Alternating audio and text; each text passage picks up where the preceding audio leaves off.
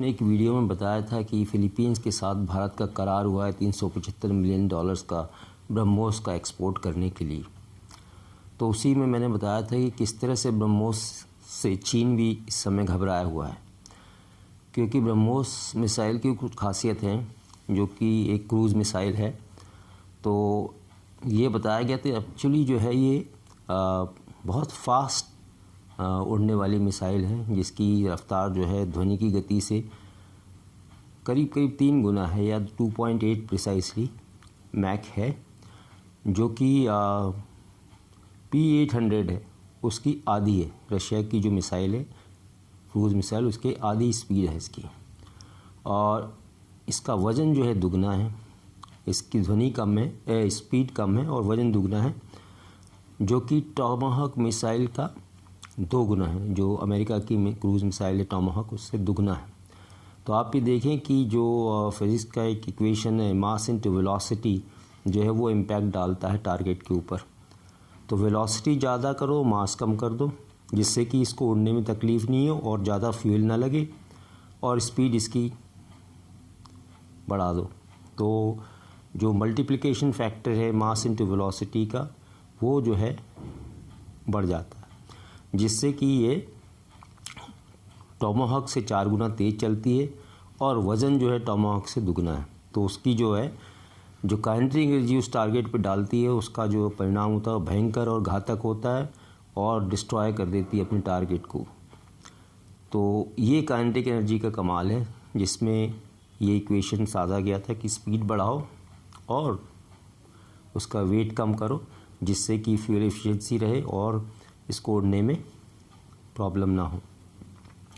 तो ये तो हो गया फ़र्क क्रूज़ मिसाइल्स के बेसिकली। तो ब्रह्मोस जो है एक सुपरसोनिक है मिसाइल है, आपको पता है। ये जो है पूरी अपनी उड़ान के दौरान उसी स्पीड को बनाए रखती है। हालांकि रैमजेट सिस्टम, लेकिन पहले इसको रॉकेट बूस्ट करता है, फिर रैमजेट टेक ओवर करता है, इसलिए इसकी स्पीड जो है 2.8 मैक बनी रहती है और ये नीचे एल्टीट्यूड पे उड़ान भरती है। और इसको इसीलिए डिटेक्ट करना और इंटरसेप्ट करना मुश्किल होता है, यह कह सकते हैं हम नामुमकिन होता है। मुश्किल तो होता है, नामुमकिन भी होता है, क्योंकि जब इसको इंटरसेप्ट करने के लिए आप तैयार होते हैं तब तक आपके पास रिएक्शन टाइम बहुत कम रहता है, मे बी 20-30 सेकेंड, जिसमें आप कोई रिएक्शन नहीं ले पाते, तब तक ये टारगेट को ध्वस्त कर देती है। तो इसमें एक और चीज़ जोड़ी गई है, जब ये टारगेट को हिट करती है तो एक काउंटर मेजर करती है जो एस शेप में होता है। एस के शेप में ये एक मूवमेंट करती है, जिससे कि अगर नज़दीक से भी इसको डिस्ट्रक्शन करना हो आप एम लेके किसी मिसाइल डिफेंस सिस्टम से, तो भी इसको नहीं कर पाते, क्योंकि ये जो है एस शेप में मूवमेंट करती है अपने टारगेट को अटैक करने से पहले। तो इस मैनूवर की वजह से भी इसको इंटरसेप्ट करना जो है मुश्किल हो जाता है, उसको गिराना मुश्किल होता है। ये टारगेट को तब तक ध्वस्त कर देती है।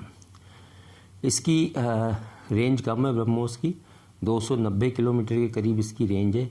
वो इसलिए है कि जो रिस्ट्रिक्शन रेंज का है वो मिसाइल टेक्नोलॉजी कंट्रोल रेजीम जो है वो डिसाइड करती है कि 300 किलोमीटर या उससे ऊपर की मिसाइलें जो है या टेक्नोलॉजी उसकी एक्सपोर्ट नहीं होगी। ये कंट्रोलिंग रेजीम है। इसीलिए रशिया ने जब इसको शुरू में बनाया था इसकी टेक्नोलॉजी को, और भारत के साथ जॉइंटली यहाँ पे बन रही है, उसमें ये 290 किलोमीटर की इसकी जो है रेंज रखी गई है। इसलिए लो रेंज की मिसाइल है। बाकी जो रशिया के पास मिसाइल हैं वो 500 से 600 किलोमीटर की जो है रेंज तक जाती हैं, जो इससे दुगनी है। लेकिन मिसाइल कंट्रोल रिजीम की ट्रीटी की वजह से जो है इसको 300 से नीचे रखा गया, यानी 290। इसके अलग अलग वेरिएंट्स हैं, नेवल वेरिएंट है। एयरफोर्स में अभी SU-MKI के ऊपर इसको लोड करके देखा, इतनी हैवी मिसाइल है, उसके लिए थोड़ा मॉडिफिकेशन करके सक्सेसफुली इसका टेस्ट फायर जो है SU सुखोई MKI से किया गया। इसी तरह जो है नेवल के प्लेटफॉर्म पे भी अलग अलग मिसाइल लॉन्चर लगाए जा सकते हैं, और उनकी जो बैटरी है उसका डिप्लॉयमेंट होता है। जो लैंड बेस्ड सिस्टम है उसके लिए अलग सिस्टम है। लैंड बेस्ड सिस्टम में जो है 4-4 मिसाइल या 6-6 मिसाइल का एक ग्रुप होता है जिसको लगाया जाता है। अभी हाल ही में अरुणाचल प्रदेश में एक इसकी जो है मिसाइल रेजिमेंट वहाँ पे डिप्लॉय हो रही है, कंप्लीट तो नहीं पर हो गई है, जिसकी वजह से चीन बौखलाया हुआ है और वो हाहाकार मचा रहा है कि भारत जो है हमको एंटेगोनाइज़ कर रहा है, हमें डराने की कोशिश कर रहा है, और वो जो वहाँ पे मिलिट्री बैलेंस है उसको अपने फेवर में टिल्ट करने की कोशिश कर रहा है।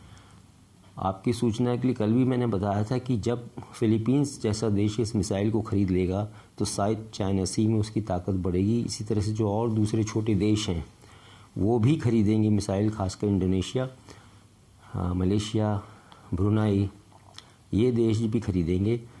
तब चीन को और वहाँ पे जो है समस्या होने वाली है, क्योंकि ये जो मिसाइल है ब्रह्मोस जिसके बारे में मैंने आपको बताया है, ये बहुत ही आधुनिक टेक्नोलॉजी से सुसज्जित मिसाइल है जिसको इंटरसेप्ट करना और डिस्ट्रॉय करना मुश्किल है। नामुमकिन तो मैं नहीं कह सकता, क्योंकि प्रोबेबिलिटी तो है, लेकिन बहुत मुश्किल काम है, क्योंकि जो इसकी टेक्नोलॉजी है, जो ये लो एल्टीट्यूड पे चलती है और इसकी स्पीड जो है 2.8 मैक ध्वनि की रफ्तार से तकरीबन 3 गुना मान के चलें, तो इसलिए जो है हमें चीन बौखलाया हुआ है और वो नहीं चाहता कि और दूसरे देशों को ये मिसाइल टेक्नोलॉजी जो है साउथ चाइना सी में जो देश हैं छोटे उनको मिले। तो भारत से उसने थोड़ा सा इसके ऊपर एहतजाज किया है, गुस्सा दिखाया है, या अपना उसने पॉइंट ऑफ व्यू दिखाया है कि ये मिसाइल लॉन्च लगाकर भारत जो है चीन के साथ बैलेंस ख़राब करना चाहता है और चीन के साथ संबंध और ज़्यादा बिगाड़ना चाहता है। आगे देखिए क्या होता है, कितनी और मिसाइलें हम बेच पाते हैं, लेकिन ये मिसाइल जो है बहुत ही डेडली है और बहुत ही सक्सेसफुल मिसाइल है, केपेबल मिसाइल है दुनिया में, जो कि क्रूज़ मिसाइल की रेंज में है। मेरे चैनल को सब्सक्राइब करें। आपके कोई और क्वेश्चन है या आप किसी और सब्जेक्ट के बारे में जानना चाहते हैं तो आप मुझे जो है इसमें कमेंट बॉक्स में लिख सकते हैं, जिससे मैं आपके सवालों का जवाब दे सकूं, और जो कुछ नई इन्फॉर्मेशन आप चाहते हैं उसके लिए मैं वीडियो बनाऊं। तो मेरे चैनल को सब्सक्राइब करिए और बेल बटन को दबाइए, जिससे आपको चैनल में जैसे ही कोई नया वीडियो अपलोड होता है आपको सूचना मिल जाए।